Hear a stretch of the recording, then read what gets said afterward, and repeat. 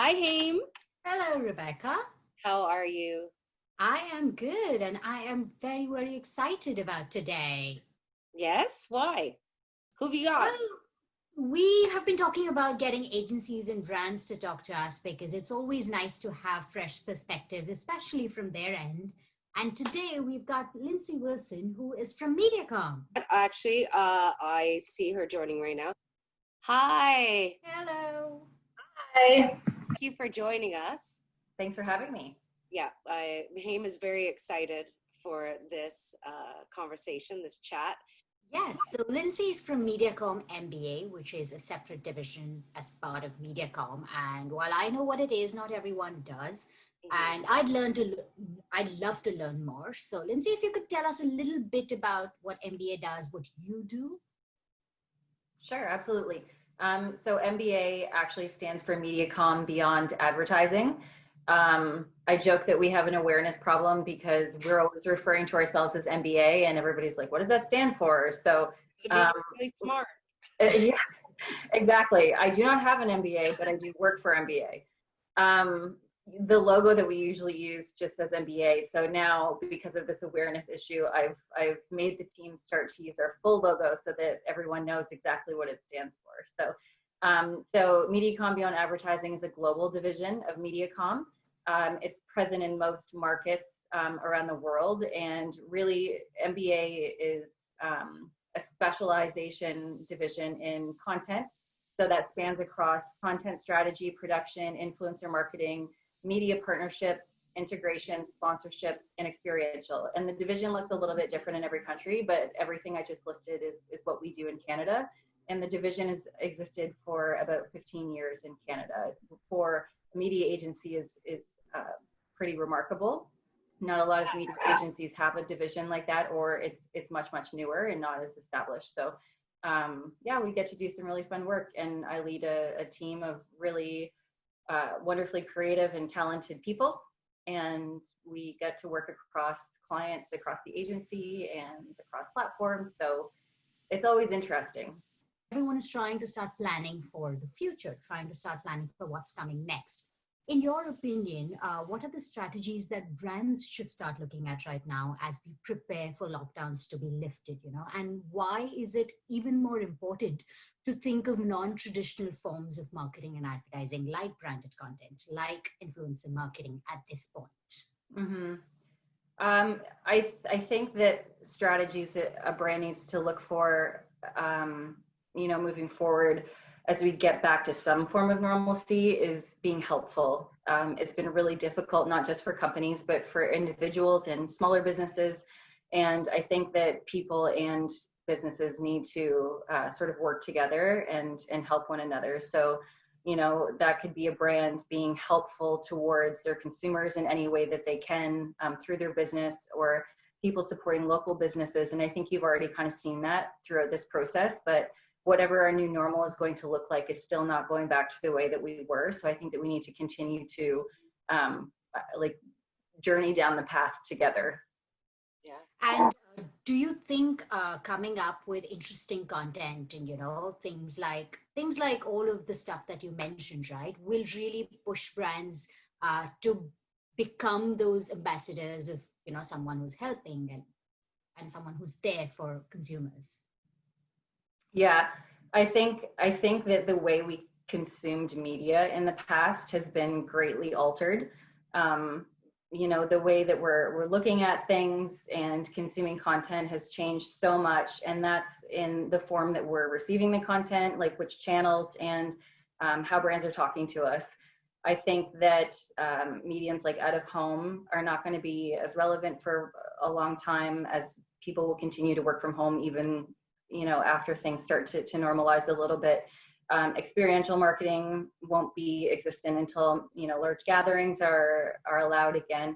And I think the way and the communication, the way brands are talking to people, we've all been feeling a lot of stuff during quarantine. It's all the feelings all the time, and I think the best way to communicate with people is, again, like to be helpful. So either entertain or to help distract people, help them learn something, provide them with a utility. And that means so much to people, that they will remember you and your brand as someone who's kind of gone through this experience with them and helped them get through it. And I think that's really impactful, and brands need to keep that in mind. Absolutely. It's more than just plugging your product. It's building that sort of story with them. Absolutely. And I think the channels in which to do that, and we've seen like digital, social, and influencer marketing absolutely have been the top channels through this time. And people are spending so much time in front of their computers and want a distraction. And, on our end, we've been seeing high demand in those channels and for that type of content. Can experiential be virtual? Yes, I think so. To a degree, there have been talks about all kinds of things, like actually a creative agency that I absolutely love, Rethink. I think they're the best agency in Canada. Creatively, I love all of the work that they do. They produce this puzzle for Heinz, and it's just ketchup, and it's just a red puzzle. But that's experience for people. You could purchase it and do the puzzle at home, and puzzling has gone wild through a quarantine. People are having a hard time finding puzzles. I've seen on Facebook groups that I'm on, people are like in search of puzzles. Just last night I ordered 2 puzzles. There's this awesome company I'd never heard of. It's called Piece Together. So Piece, like Piece. And they've produced puzzles of local businesses. So the local businesses have sent them pictures of their business, and people can order the puzzle for a minimum donation of $35, and $15 or more goes to the business. So super cool, very experiential. It's giving back as well. And it's about giving back and helping people with some sort of distraction or activity. But we've also seen musicians, bands start to talk about having like drive-in concerts, so people go in their car. So I think that there still are some experiential opportunities in different capacities, but we're kind of just learning about those and coming up with them on the fly right now, adapting to the new normal. The new normal. I need to actually admit this, but we actually now get excited to see when the flyers are dropped off and go to the window and be like, it's flyer day. You triggered me with the flyer topic. The Canadian Tire flyer came yesterday, and I got so excited. My husband laughed at me. I was pumped. I sat down with a glass of wine and threw the flyer. I'm like, this is amazing. Yeah. It's childlike excitement.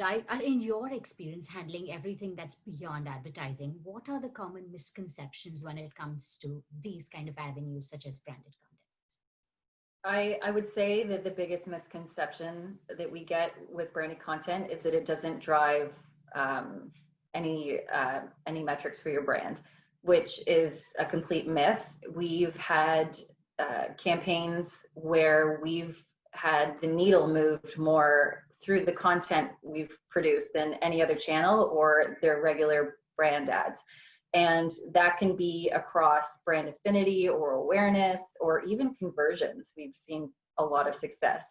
And I think it's important, for us, trying to battle those conversations are really hard before you have solid proof. You know it in your gut, but until you have proof to share with other clients and other brands, it's a little hard. So for us, we have been trying to build case studies that we can share with brands to show them, like, here, look at the impact, or encourage them to test something.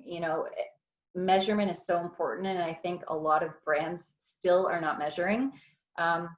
Branded content is often seen as a sort of an add-on or a separate thing outside of the rest of your marketing communications, and it shouldn't be. Everything should work together.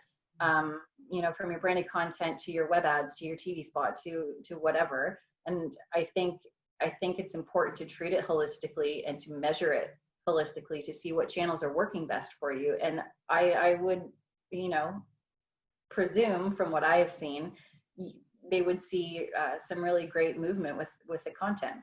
Yeah, and it's definitely one of those situations where the brand needs to realize that their brand essence, their brand values, if that's the strong message, then it will carry across everything that's created.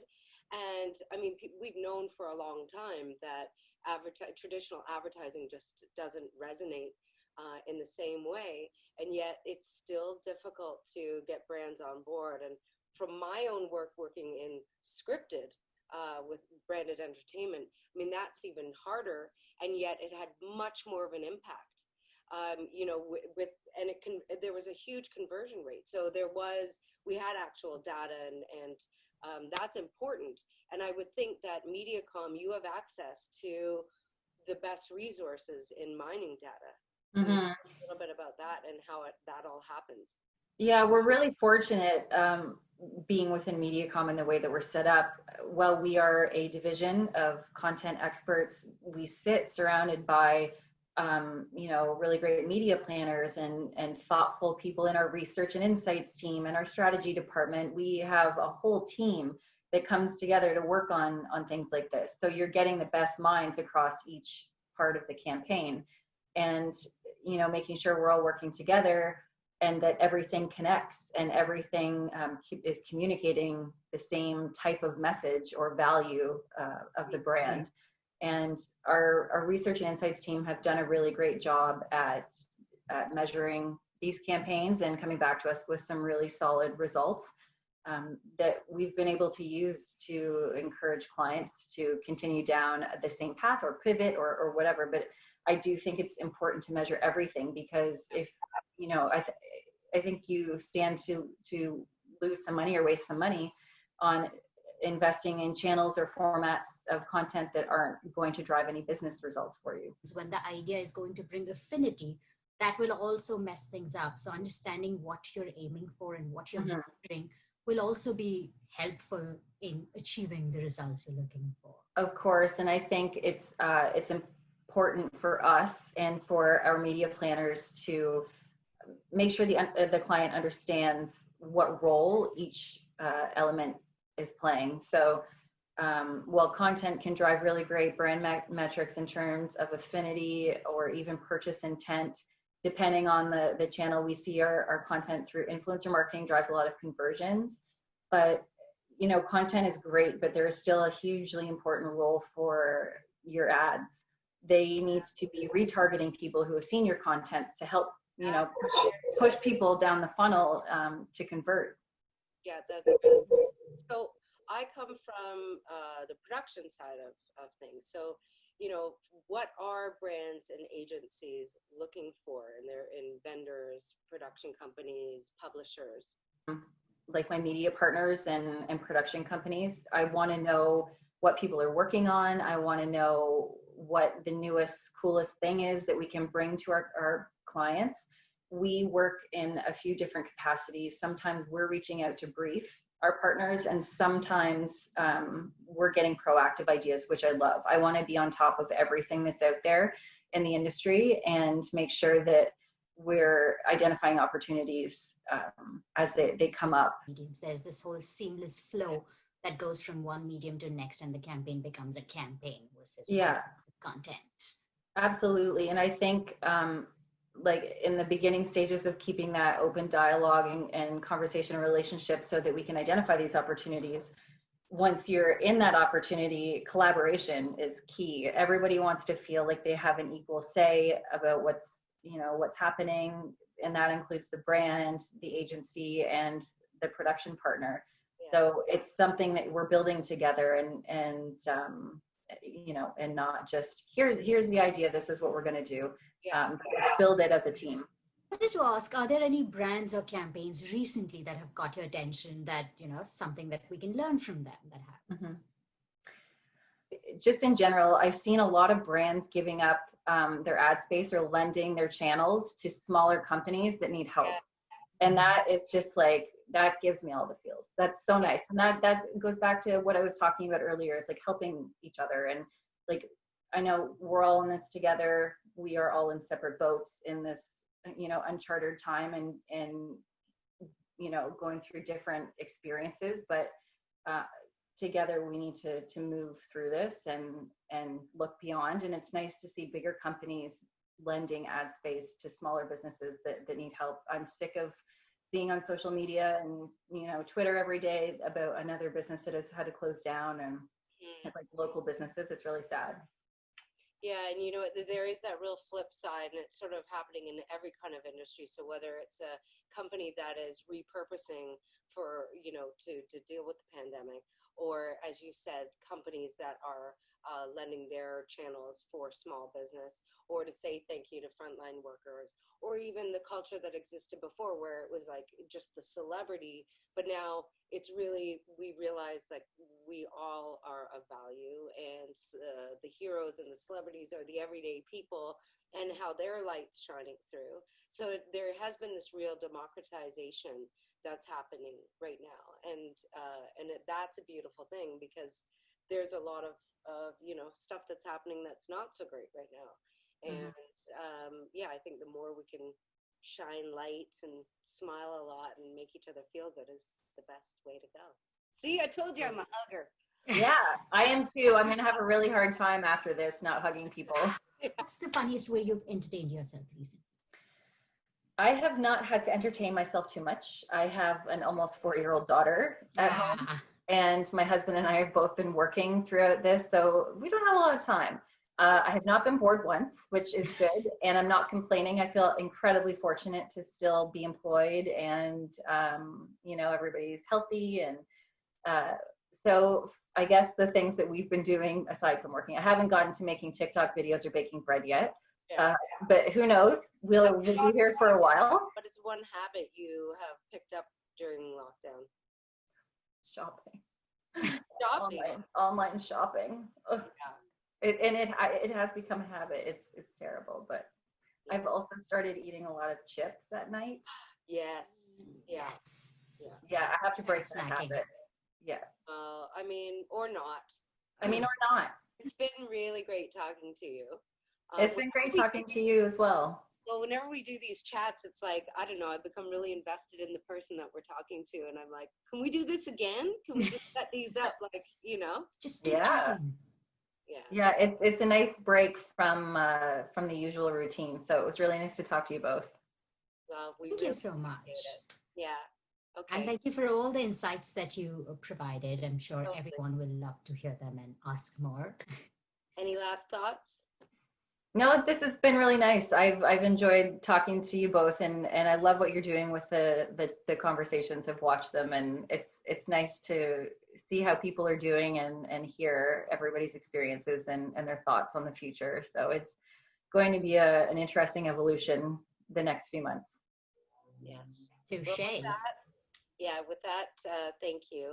And Lindsay, we will talk to you soon. Thanks very much. Bye.